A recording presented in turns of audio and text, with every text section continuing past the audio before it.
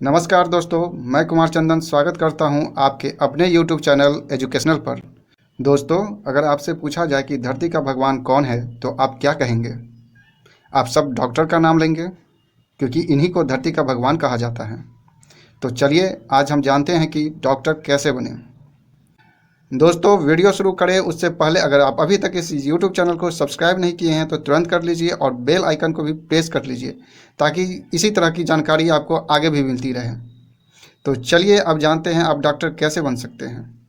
इसके लिए आपको कौन सी पढ़ाई करनी होगी, इसमें एडमिशन के लिए आपको कौन सी एंट्रेंस एग्ज़ाम पास करनी होगी, इसके लिए योग्यता कितनी होनी चाहिए, उम्र सीमा कितनी निर्धारित की गई है, एडमिशन की क्या प्रक्रिया है, कितने वर्ष की पढ़ाई करनी पड़ती है, कितने दिनों का इंटर्नशिप होता है, पढ़ाई पूरी करने के बाद स्कोप क्या है, जॉब कहाँ कर सकते हैं और सैलरी कितनी मिलेगी। तो चलिए दोस्तों, इन सभी पॉइंट को विस्तार से समझते हैं ताकि आप अपने डॉक्टर बनने के सपने को साकार कर सकें।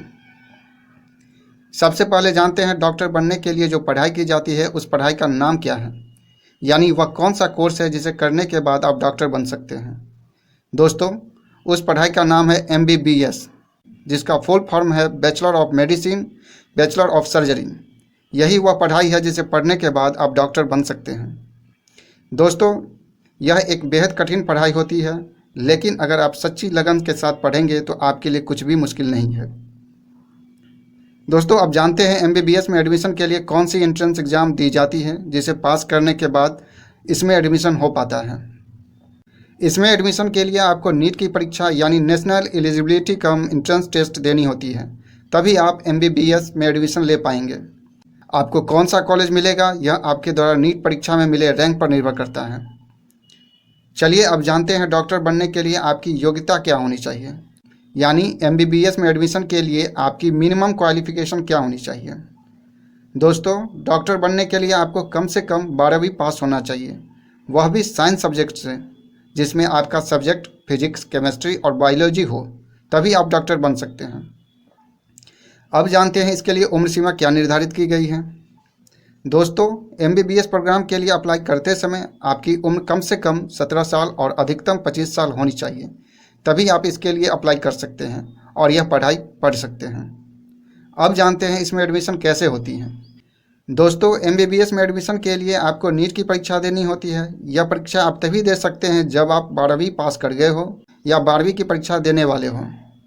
नीट की परीक्षा देने के बाद आपको जो रैंक प्राप्त होती है उसी के आधार पर आपको कॉलेज मिलती है, जिसमें आप एडमिशन करवाकर इस पढ़ाई को पढ़ सकते हैं। यहाँ आपको यह ध्यान रखना चाहिए कि नीट की परीक्षा में आपको जितना अच्छा रैंक मिलेगा उतना अच्छा आपको कॉलेज भी मिलेगा। इसलिए नीट की तैयारी ज़्यादा से ज़्यादा बेहतर होना चाहिए ताकि आप अच्छा रैंक प्राप्त कर सकें और आपको टॉप कॉलेज मिल सके। इसलिए आपको नीट परीक्षा को ज़्यादा सीरियसली लेते हुए पढ़ाई करनी चाहिए ताकि आपका एडमिशन बेहतरीन कॉलेज में हो सके। एडमिशन की प्रक्रिया जानने के बाद अब जानते हैं यह पढ़ाई कितने वर्ष की होती है और इंटर्नशिप कितने साल का होता है। यह 5.5 साल का कोर्स होता है। इसमें 4.5 साल की पढ़ाई करनी होती है, फिर 1 साल का इंटर्नशिप करना पड़ता है, यानी कुल मिलाकर 5.5 साल में यह कोर्स पूरा होता है। MBBS की पढ़ाई कर लेने के बाद आप इसकी मास्टर डिग्री भी कर सकते हैं, जिसे MS और MD कहा जाता है। MS का फुल फॉर्म होता है मास्टर ऑफ सर्जरी, वहीं MD का फुल फॉर्म होता है डॉक्टर ऑफ मेडिसिन। MBBS के बाद आपको इन दोनों में से कौन सी पढ़ाई करनी चाहिए यह आप पर निर्भर करता है कि आपका इंटरेस्ट किस में है। जिसमें आपका इंटरेस्ट हो आप उसी सब्जेक्ट से मास्टर डिग्री करें ताकि आप उसमें विशेषज्ञ बन सकें। MD के स्टडी एरिया में नॉन सर्जिकल ब्रांच शामिल होता है, जबकि MS में केवल सर्जिकल स्टडी को ही शामिल किया जाता है। यानी अगर आप MD की पढ़ाई करते हैं तो आप फिजिशियन बनेंगे, वहीं MS की पढ़ाई करेंगे तो आप सर्जन डॉक्टर कहलाएंगे। MS या MD कोर्स को पूरा करने में 3 वर्ष लगता है, वहीं मास्टर स्पेशलाइजेशन कोर्स के लिए कैंडिडेट को MS या MD कोर्स पूरा करने के बाद 2 वर्ष की पढ़ाई और पढ़नी होती है। दोस्तों, अब जानते हैं MBBS की पढ़ाई करने के बाद स्कोप क्या है। MBBS एक ऐसी पढ़ाई है जिसे करने के बाद समाज में आपका मान सम्मान दोनों बढ़ जाता है। लोग आपकी बातों को गंभीरता से सुनते हैं और अमल भी करते हैं। इसमें स्कोप की अपार संभावनाएं हैं।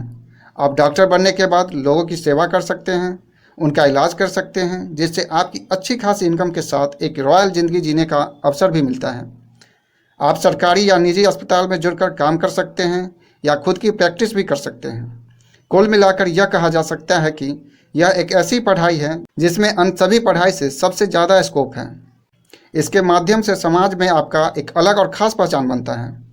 अब जान लेते हैं MBBS करने के बाद आपको जॉब कहाँ मिलेगी या आप जॉब कहाँ कर सकते हैं। दोस्तों, यह तो आप सबको पता होगा कि डॉक्टर को जॉब के लिए सोचना नहीं पड़ता है, क्योंकि MBBS करने के बाद आप खुद की प्रैक्टिस शुरू कर सकते हैं। अगर फिर भी जॉब करने की इच्छा होती है तो यहाँ जॉब की अपार संभावनाएं हैं। आप सरकारी या निजी अस्पतालों में ज्वाइन कर सकते हैं या मेडिकल के कई अन्य क्षेत्र हैं उसमें अपना योगदान दे सकते हैं, यानी जॉब कर सकते हैं, जैसे laboratories, biomedical company, medical college, medical trust, health centre, pharmaceutical और बायोटेक्नोलॉजी कंपनियां, NGO, रिसर्च इंस्टीट्यूट इत्यादि। दोस्तों, अब आपके मन में यह सवाल आ रहा होगा कि डॉक्टर को सैलरी कितनी मिलती होगी। तो चलिए आपको बताते हैं कि डॉक्टर को कितनी सैलरी मिलती है। सबसे पहले तो आपको यह बता दें कि डॉक्टर की कोई फिक्स सैलरी नहीं होती है। हर संस्थान अपनी क्षमता अनुसार डॉक्टर को सैलरी देती है, चाहे वह कोई भी संस्थान हो। अगर सरकारी संस्थान की बात करें तो हर राज्य का अपना अलग अलग सैलरी स्ट्रक्चर होता है। उसी तरह निजी संस्थान का भी अपना अलग अलग सैलरी स्ट्रक्चर होता है।